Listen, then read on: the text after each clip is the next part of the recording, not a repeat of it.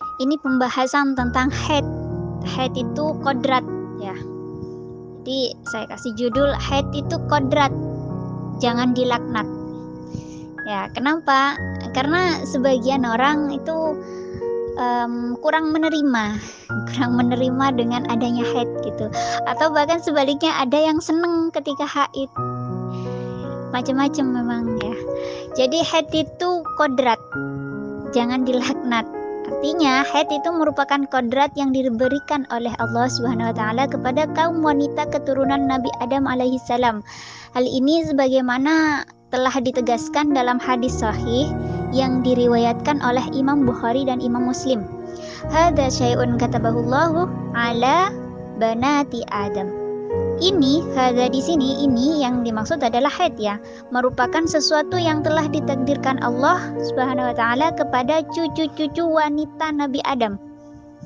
Ini hadis sahih Bukhari Muslim ya. Bahwa haid itu memang udah takdir, udah kodrat. Takdir kodrat dari Allah untuk para cucu-cucu Nabi Adam.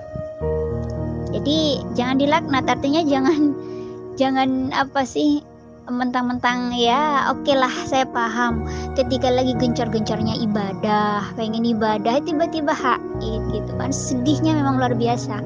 Cuma kita juga harus rela, harus ridho dengan ketentuan Allah, dengan kodrat dari Allah, takdir Allah itu harus kita terima. Sedih boleh, karena di sisi lain kita harus ibadah dengan keterbatasan begitu. Tapi tetap kita harus ada dalam rasa ridho gitu dengan kodrat yang Allah berikan kepada kita. Nah, sementara dalil Al-Quran yang mendasari hukum haid adalah itu ada di surah Al-Baqarah ayat 222. Nanti ayatnya baca sendiri ya, kebetulan saya lagi halangan jadi nggak bisa baca ayatnya. Saya bacakan artinya saja. Mereka bertanya tentang haid, katakanlah haid itu adalah suatu kotoran.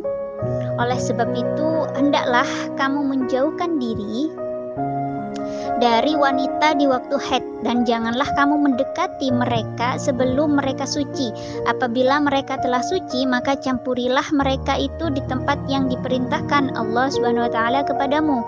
Sesungguhnya Allah Subhanahu wa taala menyukai orang-orang yang bertaubat dan menyukai orang-orang yang mensucikan diri. Ya, ini ada di Quran surah Al-Baqarah ayat 222. Nah, jadi latar belakang diturunkannya ayat ini, ayat yang tadi adalah karena di masa pra-Islam, itu di masa pra-Islam, kebiasaan orang-orang jahiliyah Yahudi, ketika para wanitanya mengalami haid, mereka diperlakukan dengan tidak manusiawi. Mereka diasingkan dan tidak boleh tinggal satu tempat, satu rumah, bahkan dikeluarkan ya dari rumahnya, enggan makan bersama, minum bersama, ya duduk bersama itu enggan gitu. Sama seperti enggak seperti pada hari-hari biasanya gitu, ketika mengalami haid malah diasingkan. Nah, itu kebiasaan yang dilakukan oleh jahiliyah Yahudi di zaman dulu. Nah, jadi perlakuan semacam itu sungguh kan itu sangat merendahkan derajat wanita gitu. Merendahkan derajat wanita dan sangat mengesampingkan eksistensi wanita di berbagai lini kehidupan. Iya. Jadi perlakuan yang seperti itu tuh sangat tidak manusiawi sekali gitu. Padahal haid itu adalah kodrat dari Allah gitu. Kenapa kok wanita harus diasingkan hanya karena kodrat yang sudah ditentukan oleh Allah gitu kan? Nah, itu yang terjadi pada jahiliyah Yahudi. Berbeda lagi dengan orang Nasrani. Nasrani ini malah sebaliknya yang mereka lakukan.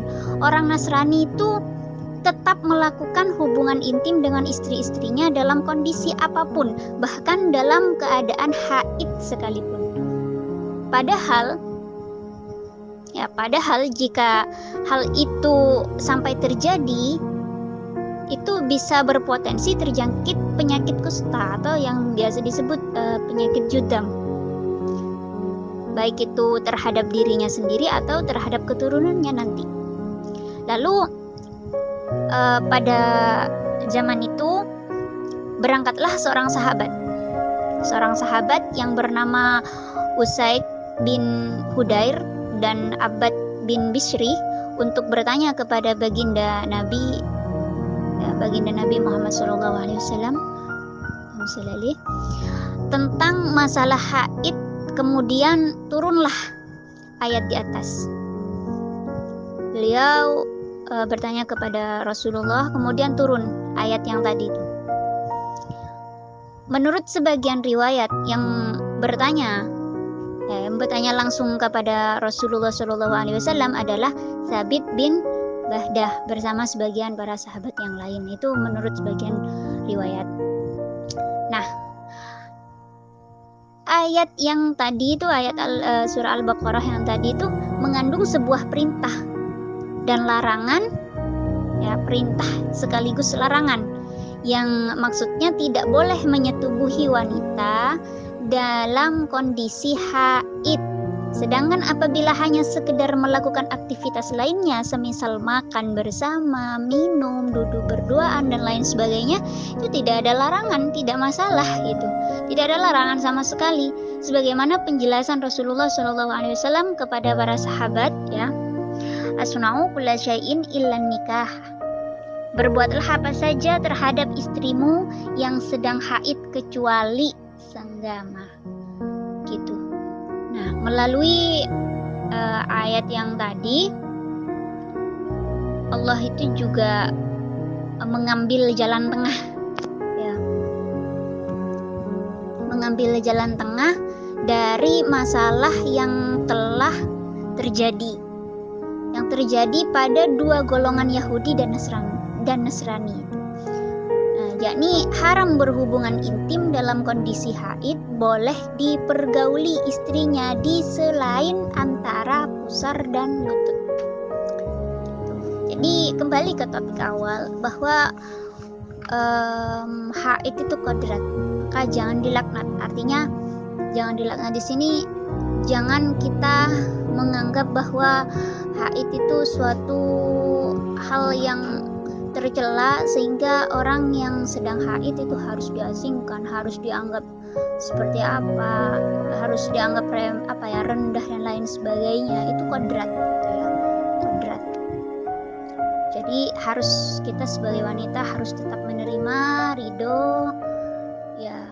Masalah ibadah, ya memang namanya orang haid itu kan juga lebih terbatas ibadahnya, ya kita lakukan ibadah semampunya, sebisanya gitu. Maksudnya yang tidak dilarang gitu. Contohnya ya zikir-zikir. Kalau misalnya di hari-hari biasa zikirnya berapa, ya mungkin ditambah begitu, karena udah nggak bisa sholat, udah nggak bisa ngaji, pegang mushaf gitu kan. Kita gunakan dengan hal-hal yang lain juga, bisa zikir ya, yang diperbolehkan itu mungkin lebih diperbanyak gitu.